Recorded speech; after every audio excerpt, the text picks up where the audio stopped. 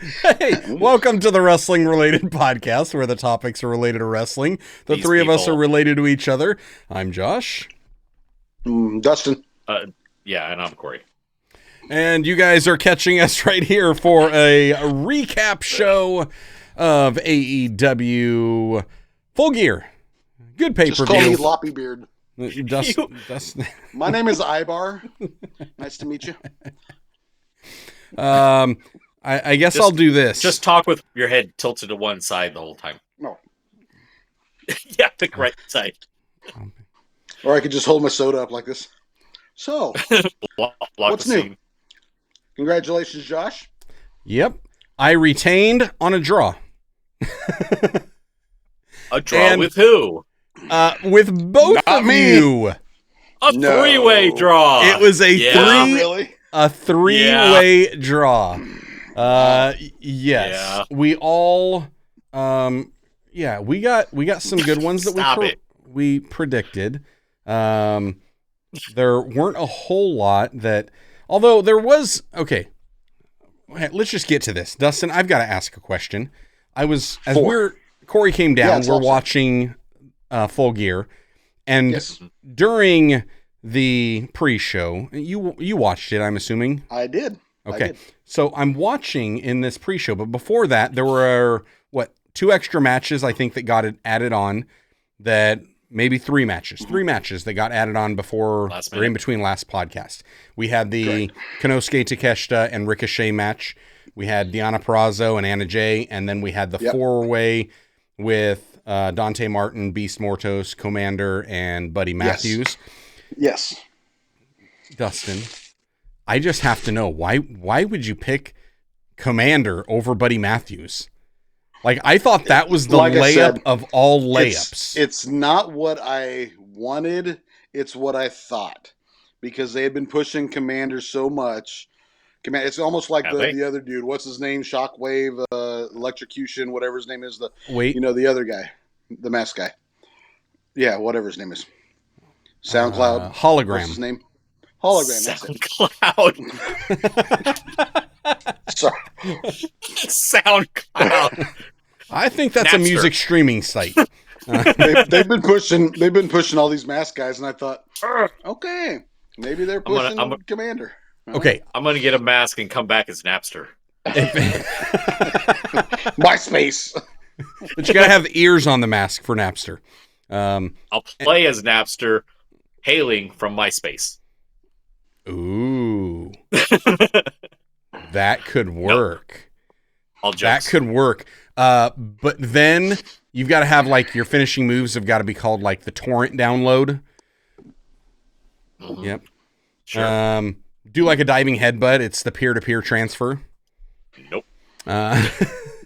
So Dustin, here's what I'm wondering. And your theme music is from a modem. Yes, Like, the like- AOL dial-up is it. I get what you're saying with Commander. If we were 2 months ago, they were pushing him. He just lost a week ago to Leo Rush, and Leo Rush didn't even True. make the pay-per-view. So that's where I'm thinking, did Dustin really just give us an easy win over him? I did. It was a gimme. Well, I you know felt what? bad for you guys. Had you not done that, you would have wound up getting your fourth title reign. I felt bad Hang on. because I'm still to this day the only one that's gotten a perfect pay-per-view or PLE. True. I don't think WWE PLEs count anymore. There's only 5 matches. Have you gotten all 5 right? Nope. There it came in. All right. Now, No. hang on. Josh, in all actuality, are you telling me that any one of us were watching that pay-per-view and we didn't, at some point in time throughout the night, go, who do I pick? Why did I do that? well, I Four mean, when times. there's 13 Josh- matches, yeah. Josh went off for like 30 minutes. He had to go back and rewatch the podcast going, why did I pick that guy? What's going on? I don't even remember what that was. Which match was that? Oh, it was Roderick Strong. I'm like, did I really pick Roderick Strong? Why would I pick Roderick Strong? That was Yeah. the layup. Well, that's what I thought. And I was like, What did I do? I must have been exhausted when we were recording last time. It was late. Which doesn't help because Dustin. I'm running on very little sleep right now and no food in the last, I don't know, like 2 hours. 38 or 40 hours, something like Minutes. that. That's why I eat during the podcast, because that's about the only time I have to eat. There you go. Last So, hey, week, Dustin. was snoozing. Corey and I, obviously, because we're watching Full Gear together, we were able to discuss it quite a bit throughout. Sure. Let me hear your thoughts. We didn't get your thoughts. We want to hear your thoughts, and then we'll share Overall. along the way some of our thoughts with the people in interwebs. Yep. Okay, let's, as fast as you can, tell me the matches. Big Boom AJ versus QT Marshall. Predictable. It was just a hometown guy. It was like, expected. But That was how really awesome fun was tonight. it seeing Paul White, aka the Big Show, come out with the Rizzler? Yeah. Stop. I don't understand what this is. Whatever. This is supposed to be like something about I have a strong jawline, so I'm an alpha male. I've got the Then why Riz. isn't he going like this? You know, hey, I'm not going to make fun of an 8-year-old. You can do that. I'm not doing it. I'll make fun of an 8-year-old. I'm not doing it. I love the Rizzler. I'll make fun of an 8-year-old. The Rizzler is awesome. Okay, but for a guy that hasn't wrestled much in like what 20 years, He didn't break any ribs. Good job. he did break his foot though. Hang on. Did Before he? the match. Was it And before the didn't match? Tell anybody. Before the match, and he didn't tell anybody Oh, okay. I just Well, thought he was limping because because he was old. because he didn't want pulled off the show. See, I saw he posted on TikTok and he said he thought he broke it during the top rope clothesline because he landed funny. Oh, really? That's what he I said. just heard a report that it was broke before the show. He didn't want to tell anybody because he didn't want to get pulled off the card. Yeah, it was yesterday. It popped up on I TikTok would go and off saw what he said. Big Boom AJ said when he came off the top with that top rope clothesline, he felt like he landed just a little bit funny. He's probably big timing us. Whatever. Could Whatever. be. You're not Edge. You're not But he Adam did. Copeland.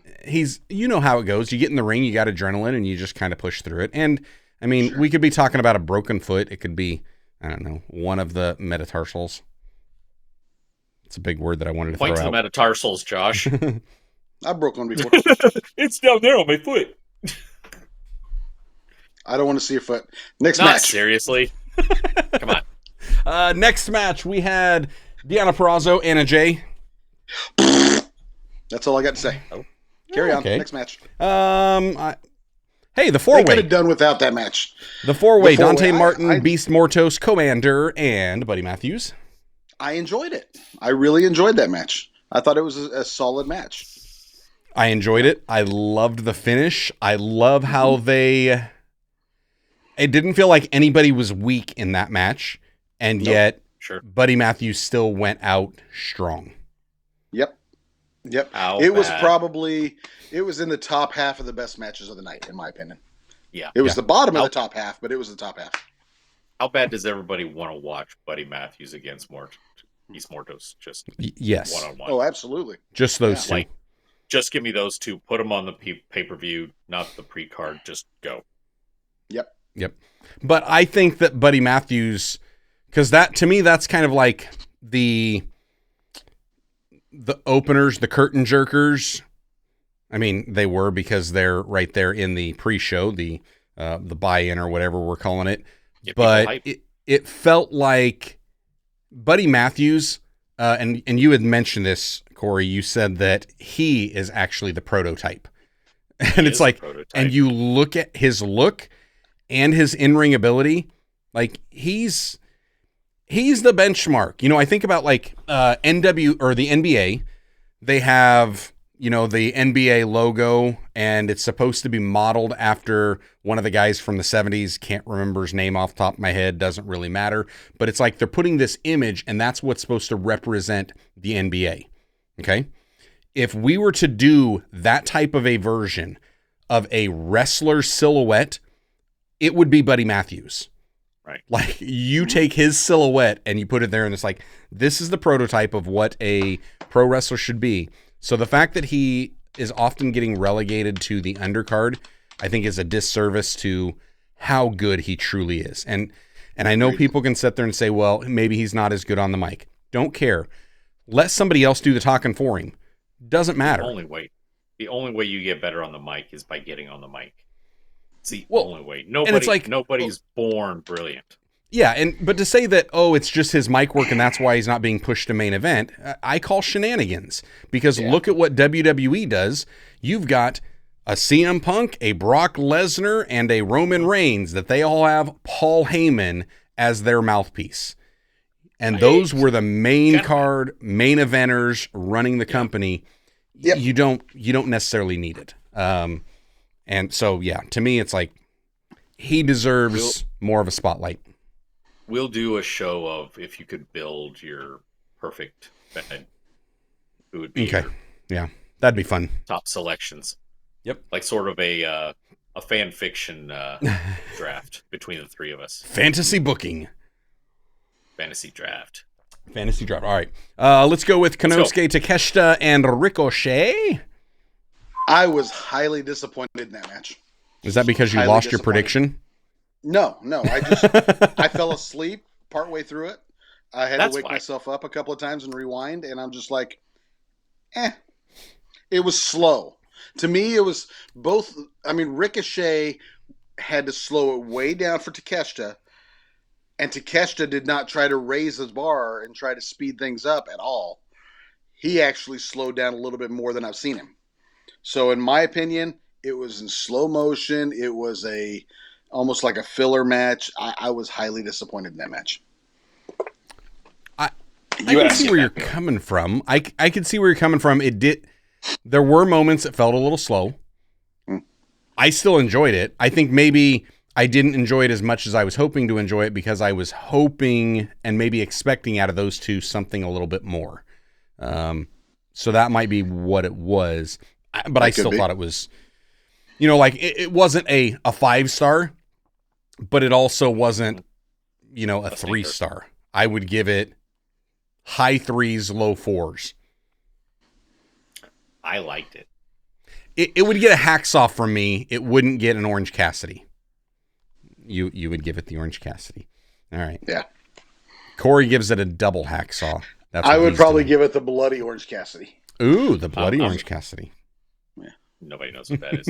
I'm making up for just watch the pay-per-view. You'll see it. I saw the pay-per-view. I was like, I'm going to save the next one on my list. Let's go to Jack Perry versus Daniel Garcia. I was surprised with that one, actually. I was surprised that it was slightly better than I expected. Still not a... It was still not, to me, a main event type of match by any means. It would be at the right in that midsection again. Yeah, it was just nothing spectacular, nothing real horrible other than personalities. But other than that, no. The it personality was a below the midsection for me. But you don't like either of those guys, Corey. You don't like, this is true. You really don't like Garcia. And that was the reason for it. But here's the question, Corey. Would you have liked it more than a hypothetical Mercedes Moné versus Jade Cargill?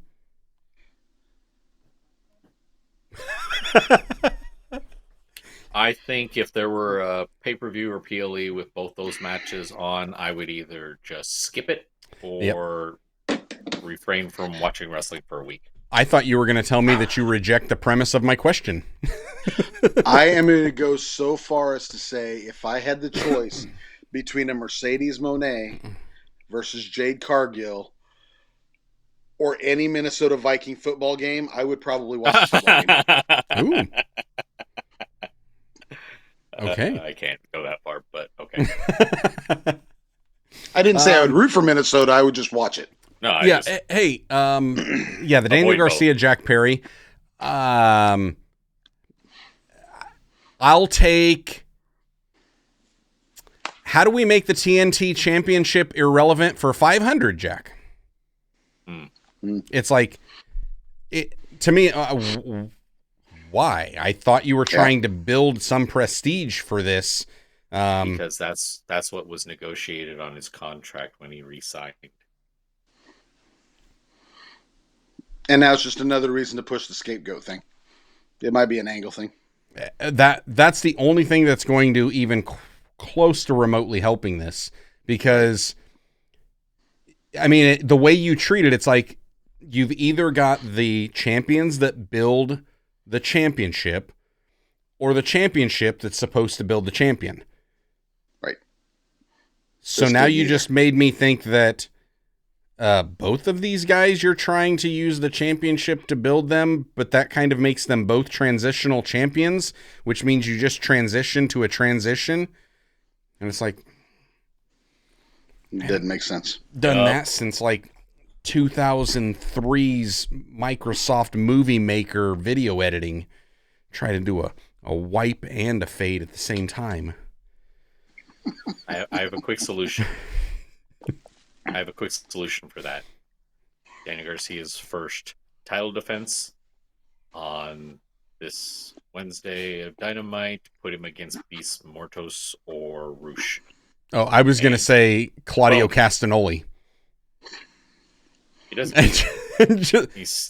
They still got the trios titles, right? Just put him against Mina Shafir. True. There you go. There you go. I would like it. All right. Speaking of Mercedes Moné, her versus Chris Statlander. That was probably one of the best matches I've seen her in since she's been in AEW. Agreed. Still some sloppy spots, but agreed. But best one she's been in since she's been there. Do you think sloppy or unpolished? And not like unpolished of Ricochet where he's too polished and he needs to knock some of the polish off to make it look more realistic. I'm saying it's not. To me, hers didn't look sloppy. It just didn't look fully developed. It didn't look smooth. There were a couple of those that it was rough. It wasn't.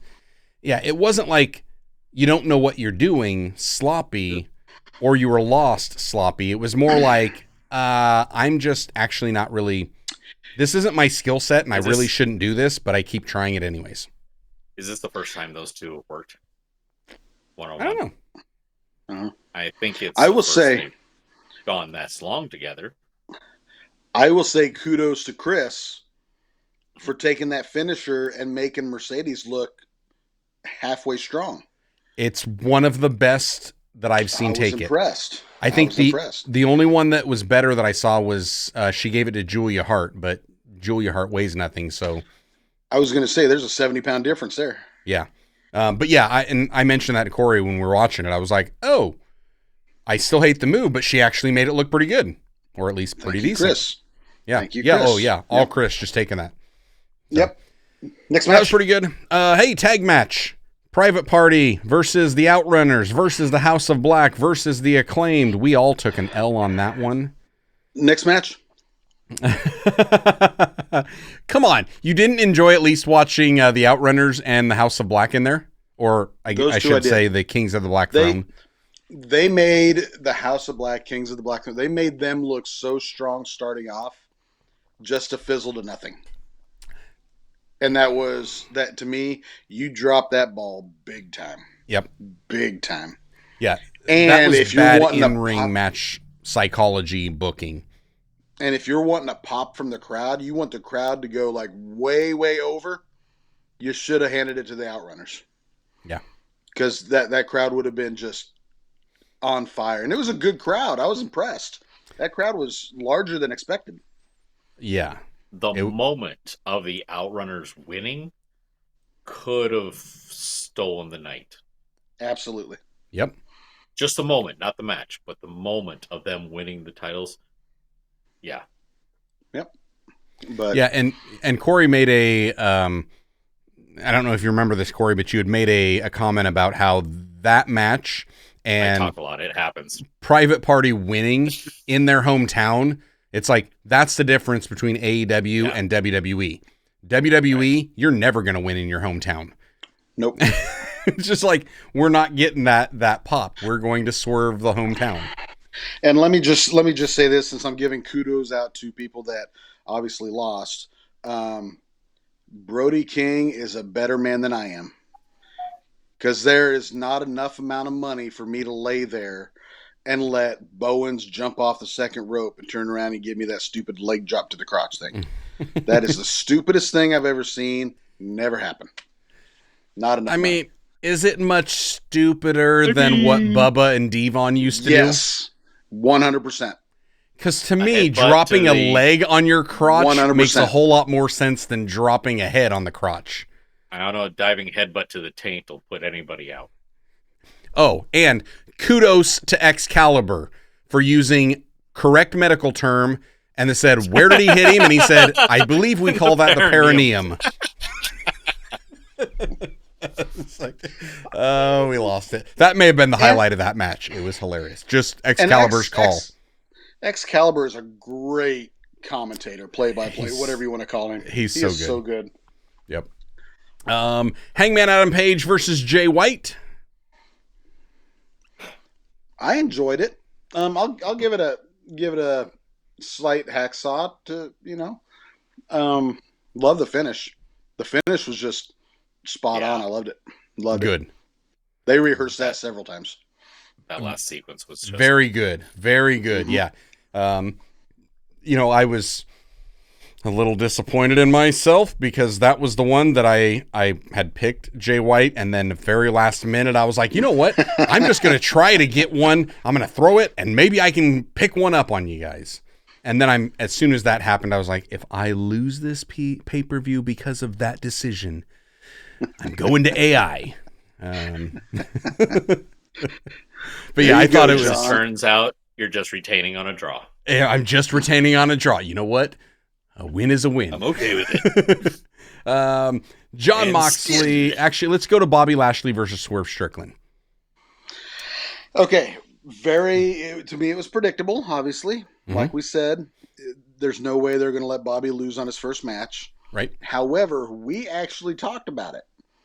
And we're like, if he loses to the Hurt Lock, and he just can't tap out, he doesn't lose his credibility.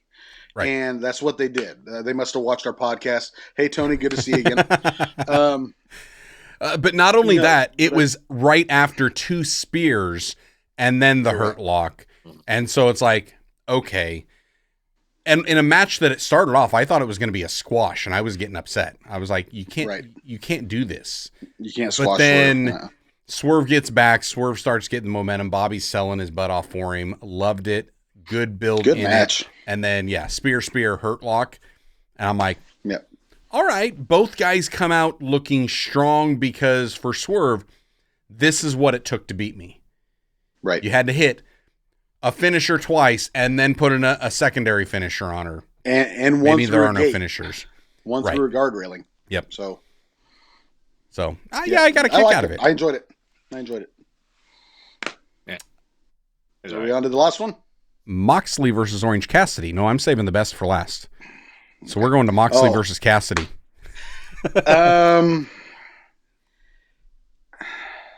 I will give it. See, I'm stuck between a strong Orange Cassidy and a low Hacksaw. I was not. It was more believable than a lot of matches because if those two are actually in a fight, there's no way. Right. They did a good job building up and then taking away. Good job build up, take away. But they just did too much of the building up and taking away thing for me. I think the match could have been cut down a little bit more. A lot of the, slap. Oh, I'm going to Hulk up without hulking up. Slap. I did like the double hands into the pocket. But then Moxley just leveled him, and I'm like, that makes sense. Right. To me, that's logical. It was okay. It was a match I've seen before, like pretty much every match with those two. So Didn't they say something like those guys faced each other last year about this time? Probably. Yeah, I can't remember when it was, but yeah, they've squared off before. And yeah, it was.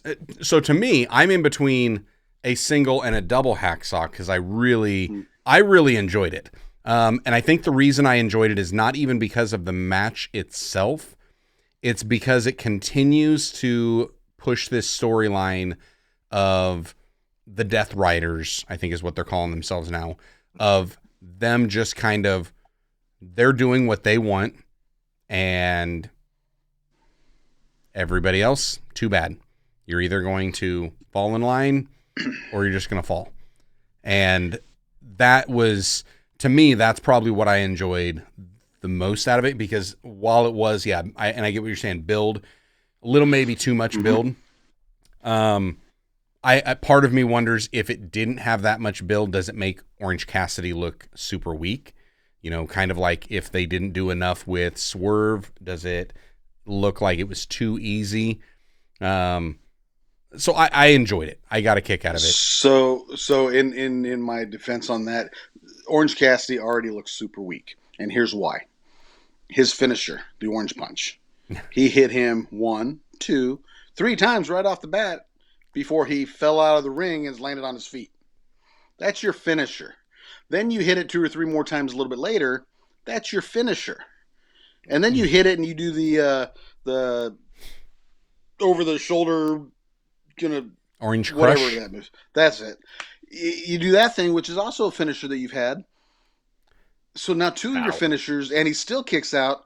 No. You need to change your finishers. I don't think there are finishers anymore. I'm not sure anybody has a finisher anymore. No Unless finishers. It's a pile driver in the Fed. So nope, nobody has a finisher. That's just signature moves. That's it. Yeah, we were talking about that. That's it. Everybody's got signature moves. There's nothing that's a finisher anymore. We can discuss that on another. But my thoughts on this match, my favorite moment of the match was Christian Cage coming out. Yes, I agree with that. I would have liked it better if Christian Cage would have cashed in. That would have been really good. Exactly. That would have been brilliant. I would have loved it. I would not have loved it. It would have been that would just make it a really better, good storyline. Yeah. But, you know. Yeah, that's why I would not have loved it, because in order to keep the storyline going and have Christian Cage cash in, Christian Cage is unsuccessful in his cash in. And I hate when that happens, and especially when you're just now starting to do these cash-ins with that thing.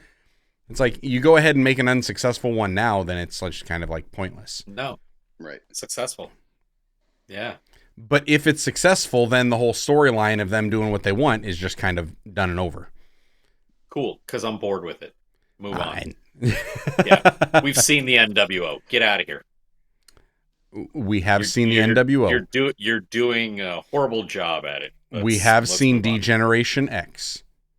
We have seen this couldn't carry DX's boots in Invasion Angles. We've seen in a suitcase. Bullet Club. We've seen Nexus. all of that stuff. With a forklift. Yeah. We've seen it all. There is nothing new under the sun. The YS6. And at the same time. Oh, hit a sore spot. I mean, it's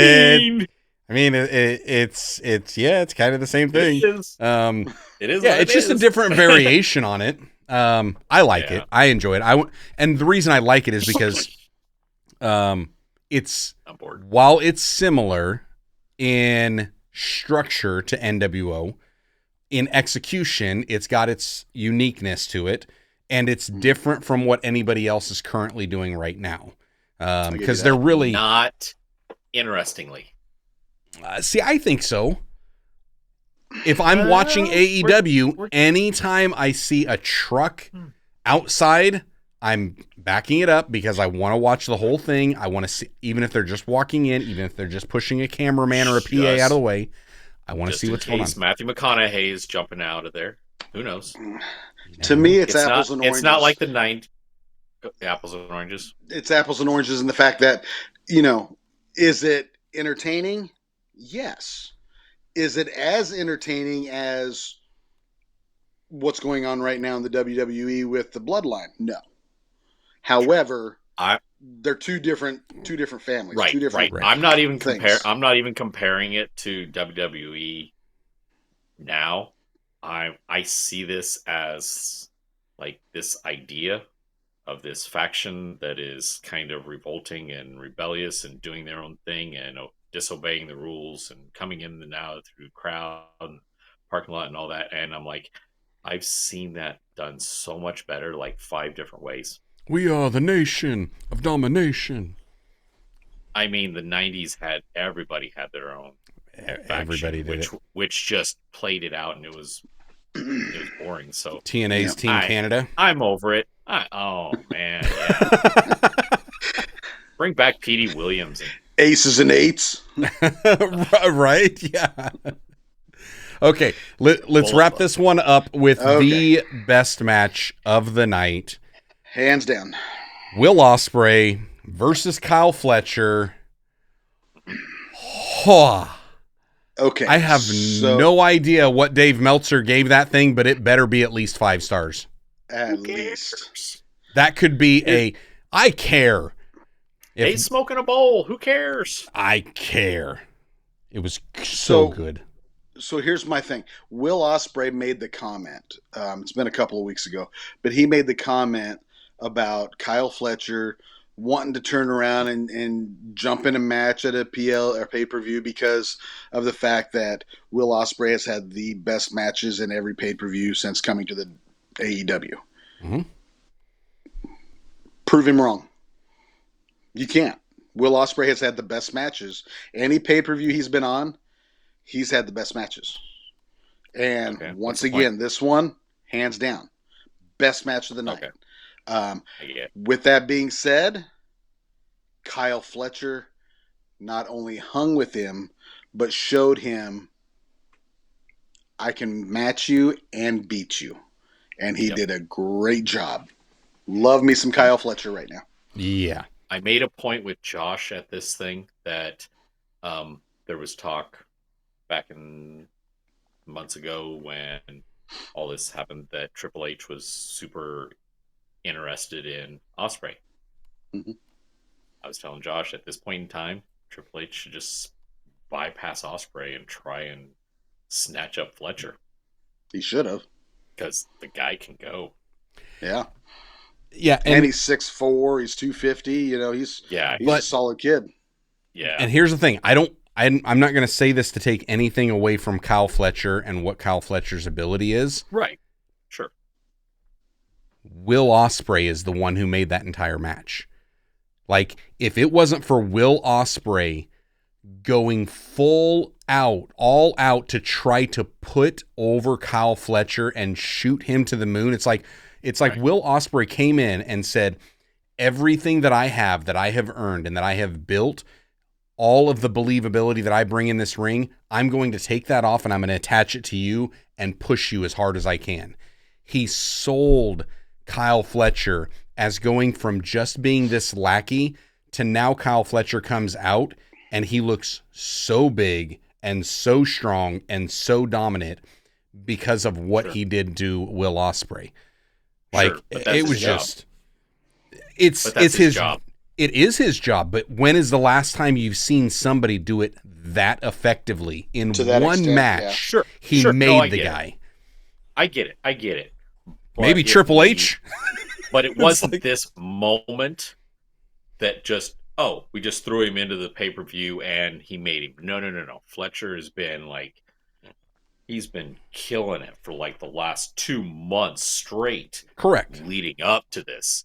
And if he was not the guy that he is, Ospreay couldn't have carried him through it. And he didn't need to carry it through it because these guys just went out and they went. Yeah, and that's where I'm saying that great match. I'm not taking anything from Ospreay. I'm just saying and I don't want to take anything away from either one of them, because excuse me, Will Ospreay couldn't have done that with anybody It takes a certain person for Will Ospreay to be able to do that to. And Kyle Fletcher has all of the goods for Will Ospreay to be able to do that. Right. The other part of it is I don't think there's anybody else in that company, and I'm not even sure in the other companies that could have done what Will Ospreay did with Kyle Fletcher in that one match to push him that hard and get him that over. Well, it would have taken them. Who knows? I mean, it would have taken WWE a year and a half to build him up that big, because they've struggled with others. Would have taken, or they just would have taken. I don't know. I don't know either.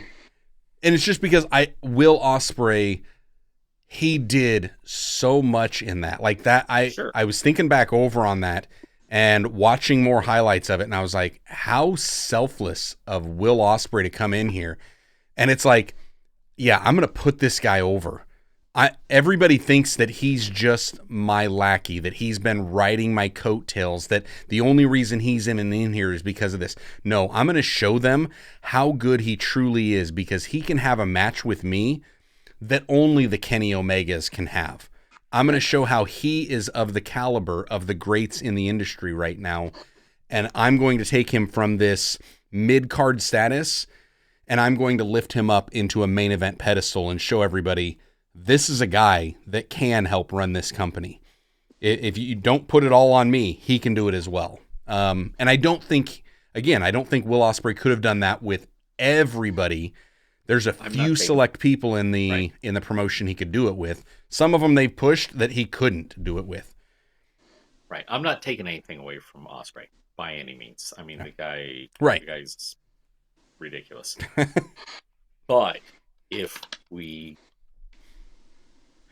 toot his horn too much, then you're taking away from what Fletcher did. Correct. So let's not for a split second say that Ospreay could have done that with just anybody. No, he couldn't have done it with anybody.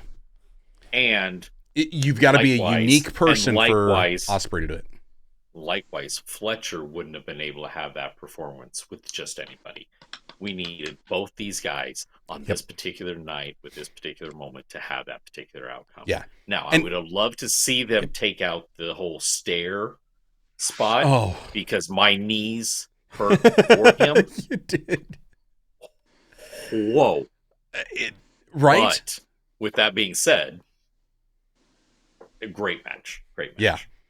Yeah, that was something that was unnecessary, and yet I was like, okay. I'll just say, in the ever popular words of Sheamus, it was a banger. Right? It was a banger. It was a banger. There was that one chop. Eliana was in the room, and I actually looked down and I hear it, and I'm like, somebody's bleeding from the chest. Uh-huh. Sure enough, there it was. I'm like, told you, I know that sound. Uh-huh. It was good. It was good. Match of the night. And was that the same match that they were? It was. They're exchanging chops, and Kyle Fletcher takes his hands, puts them behind his back, and leans his chin out. And instead of Will Ospreay chopping, Ospreay did that. Ospreay did that. Ospreay put his hands behind his back. Kyle did it. Put him under the chin. I saw that and I was like, well played. Smart. Yeah, to me the stairs is like have you ever been to like Five Guys where they give you the fries and it's kind of in that brown bag that they send everything out with, but once they've put your fries in your little container and then they put it in their bag, they grab another scoop of fries and just dump it. That was the stairs. It was just extra fries thrown on top. I didn't need them, but thank you for them. I'm with you. I'm with you. Five Guys is the right reference. However, when you go to Five Guys and you get a meal and they do all the stuff, yep, and then you get the bill. No. We as the fans are the ones that we just got the bag full of extra fries. Kyle's the one that had to pay the bill. He's the one that looked at his knees and he's like, should have went to Bebop's. Right? Oof. We don't have Bebop's down here. You're going to have to specify and do a different reference. McDonald's. Should have went to Shake Shack. Nah. Whataburger. I should have went to Steak and Shake. Hey, we just had a Whataburger open up, and I have yet to go because it's been open for 2 weeks, and the line still is all the way out to the street. At 10:30 at night. Their Dr. Pepper shake. I haven't tried it yet. Have you put the pickles in the Dr. Pepper yet? No. I have not done that. I can't bring myself to it. Chicken. Overall, on a rating of 0 to 10, I give that whole pay-per-view about a 7. There you I go. thought he was going to throw us a curveball. On a scale of 1 to 10, I give that a hacksaw. A B+. It's a gobble turkey.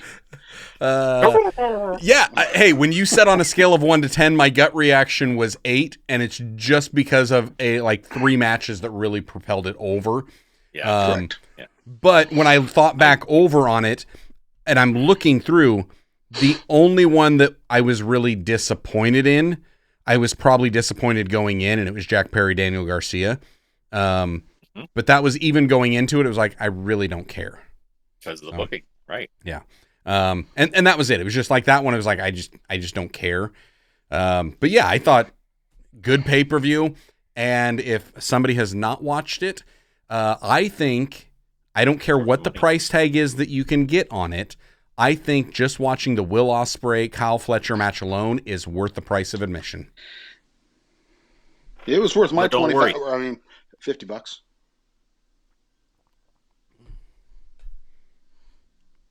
Crickets. Go ahead. Don't worry what?